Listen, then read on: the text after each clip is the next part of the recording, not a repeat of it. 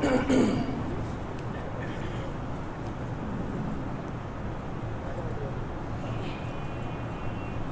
الحمد لله نحمده ونستعينه ونستغفره ونعوذ بالله من شرور أنفسنا ومن سيئات أعمالنا ومن يهده الله فلا مضل له ومن يضلل فلا هادي له وأشهد أن لا إله إلا الله وحده لا شريك له وأشهد أن محمدًا عبده ورسوله يا أيها الذين آمنوا اتقوا الله حق تقاته ولا تموتن إلا وأنتم مسلمون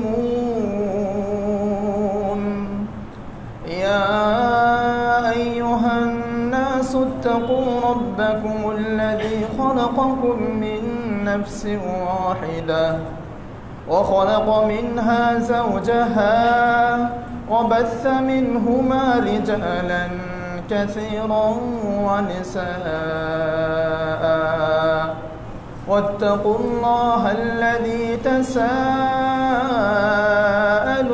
به والأرحام إن الله كان عليكم رقيبا يا أيها الذين آمنوا اتقوا الله وقولوا قولا سديدا يصلح لكم أعمالكم ويغفر لكم ذنوبكم ومن يطع الله ورسوله فقد فاز فوزا عظيما أما بعد فإن خير الحديث كتاب الله وخير الهدي هدي محمد صلى الله عليه وسلم وشر الأمور محدثاتها وكل محدثة بدعة وكل بدعة ضلالة وكل ضلالة في النار أعوذ بالله من الشيطان الرجيم بسم الله الرحمن الرحيم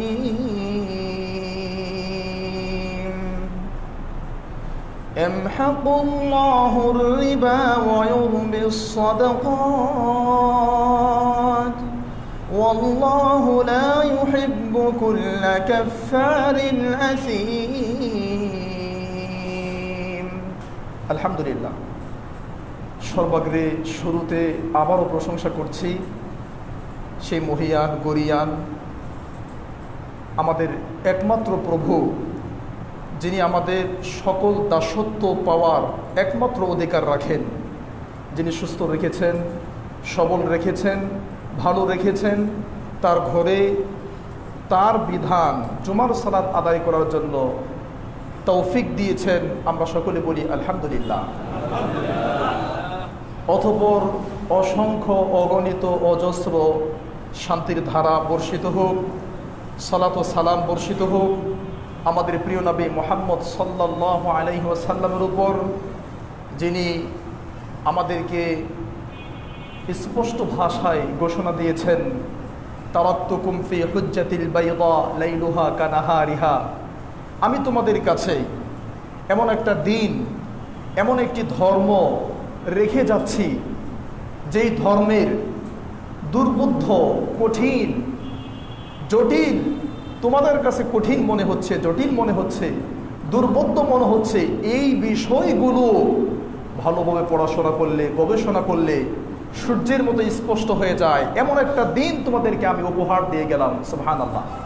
সেই নবী মুহাম্মদ সাল্লাল্লাহু আলাইহি ওয়াসাল্লামের উপর সালাত ও সালাম বর্ষিত হোক। আমরা বলি আল্লাহুম্মা সাল্লি আলাইহি আল্লাহুম্মা বারিক আলাইহি। সম্মানিত জুমার মসজিদে উপস্থিত মুসল্লিবৃন্দ, আজকের জুমার সংক্ষিপ্ত খুতবার বিষয় আমাকে দেওয়া হয়েছে, সেটি হলো সুদের ভয়াবহতা। আজকের আলোচনার বিষয় সুদের ভয়াবহতা, সুদ সম্পর্কে।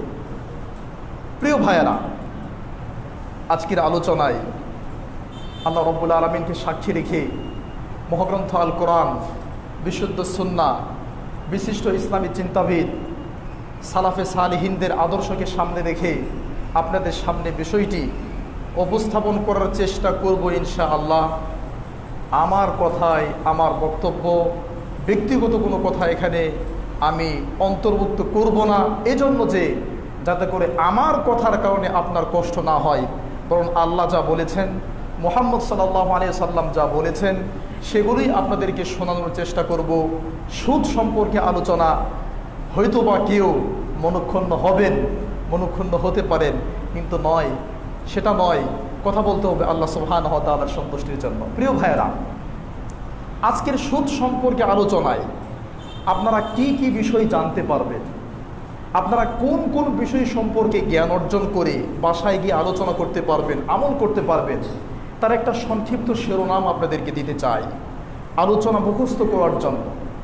জুমার খুতবা দিয়ে দেওয়া হলো, আপনারা শুনলেন, চলে গেলেন, এখানেই থেকে গেল, এটা যেন উদ্দেশ্য না হয়। প্রত্যেকটা জুমার খুতবাকে এক একটা ক্লাস মনে করতে হবে, মুখস্থ করার চেষ্টা করতে হবে ইনশাআল্লাহ। সেজন্যে আলোচনার শিরোনামগুলো আমি আপনাদেরকে আগে জানিয়ে দিতে চাই। 1, সুদ কাকে বলে। 2, আমরা যে সুদ আমাদের সমাজে চলমান রয়েছে, এটার সংক্ষিপ্ত একটা ইতিহাস। 3, সুদ কত প্রকার হতে পারে, সুদের প্রকারগুলো কি কি। 4, সুদ কি শুধু আমাদের ধর্মে হারাম, নাকি অন্যান্য যে ধর্মগুলো ছিল তাদের মাঝেও হারাম ছিল কিনা। 5, সুদের বিষয়ে ঐতিহাসিকদের, দার্শনিকদের কিছু মতামত। 6, রাসূল সাল্লাল্লাহু আলাইহি ওয়াসাল্লাম এবং তার সাহাবায়ে কেরামগণ সুদ সম্পর্কে বেঁচে থাকা জরুরি মর্মে আমাদেরকে যা বলেছেন তার সংক্ষিপ্ত কিছু তথ্য। 7, সুদ তো দূরের কথা, যেখানে সন্দেহ আছে, হতে পারে, তা থেকেও দূরে থাকা জরুরি। 8, সুদের 73টি পাপ রয়েছে, সুদের পাপের 73টি স্তর রয়েছে, এটার সংক্ষিপ্ত একটা ব্যাখ্যা। 9, রাসূল সাল্লাল্লাহু আলাইহি ওয়াসাল্লাম এবং তার সাহাবীরা হালালের বিষয়ে কেমন সতর্ক ছিলেন। 10, সুদ কোন কোন ক্ষেত্রে সুদ হতে পারে, কি কি সুদের বিষয় বা হারামের বিষয়। সর্বশেষ 11 নম্বর পয়েন্টে আমরা আলোচনা করব, যারা সুদখোর, সুদ খায়, তাদের প্রায় 11 ধরনের শাস্তি আছে। সুদখোরদের প্রায় 10 থেকে 11 ধরনের শাস্তি আছে। এটা হলো আলোচনার শিরোনাম। প্রত্যেকটা বিষয়ে আমি আপনাদের সামনে দলিল দিয়ে কথা বলার চেষ্টা করবো ইনশাআল্লাহ। প্রিয় ভাইয়েরা, সুদ কাকে বলে। সুদ, এটা আমরা বাংলা ভাষায় ব্যবহার করি সুদ, যার আরবি হচ্ছে রিবা। রিবা মানে বৃদ্ধি, অতিরিক্ত, বেশি, অর্থাৎ মূল জিনিসের চেয়ে বেশি কিছু গ্রহণ করা, এর নাম হচ্ছে রিবা। প্রিয় ভাইয়েরা, এই রিবা বা সুদ, এটা আমাদের বর্তমান ইসলাম ধর্মে আছে বা আগে ছিল না এমনটা নয়। এই রিবা বা সুদের প্রথাটি ইসলামের আগেও, রাসূল সাল্লাল্লাহু আলাইহি সাল্লাম পৃথিবীতে আসার আগেও জাহিলি যুগে এই রিবার প্রথাটি চলমান ছিল। জাহিলি যুগের আগেও, অর্থাৎ ঈসা আলাইহিস সালাম এবং তার আগে মূসা আলাইহিস সালাম, তাদের যুগেও এই সুদ প্রথা তাদের মাঝে ছিল। যেমনটি প্রমাণ আমরা কোরআন এবং হাদিস থেকে দেওয়ার চেষ্টা করবো ইনশাআল্লাহ। যেমন দেখুন, ঐতিহাসিক উমর চাপড়া, উনি বলছেন রাসূলুল্লাহ সাল্লাল্লাহু আলাইহি সাল্লাম ভূপৃষ্ঠে আগমনের আগেও জাহিলি যুগে জাহেলদের মাঝে, ইসলাম আসার আগে মোট কথা, তখন তাদের মাঝে এই সুদ প্রথা চালু ছিল। আল্লাহ সুবহানাহু ওয়া তাআলা সুদ প্রথা যে ইহুদি খ্রিস্টানদের মাঝে ছিল, অর্থাৎ ইসলাম ধর্মের আগেও সুদ প্রথা চালু ছিল, এই সম্পর্কে আল্লাহ রাব্বুল আলামিন আমাদেরকে জানাচ্ছেন। আল কোরআন পারা নম্বর 6, পৃষ্ঠা নম্বর 2, লাইন নম্বর 11, সূরা আন-নিসা। আল্লাহ বলছেন, وَأَخْذِهِمُ الرِّبَا وَقَدْ نُهُوا عَنْهُ وَأَكْلِهِمْ أَمْوَالَ الناس بالباطل وأعتدنا للكافرين منهم عذابا أليما وأخذهم الربا ইহুদিরা সুদ গ্রহণ করত وقد نهوا عنه অথচ সুদ গ্রহণ করতে তাদেরকে নিষেধ করা হয়েছিল। তার মানে তাদের মধ্যে সুদ প্রথা ছিল, এটার প্রমাণ আমরা কোরআন থেকে পেলাম।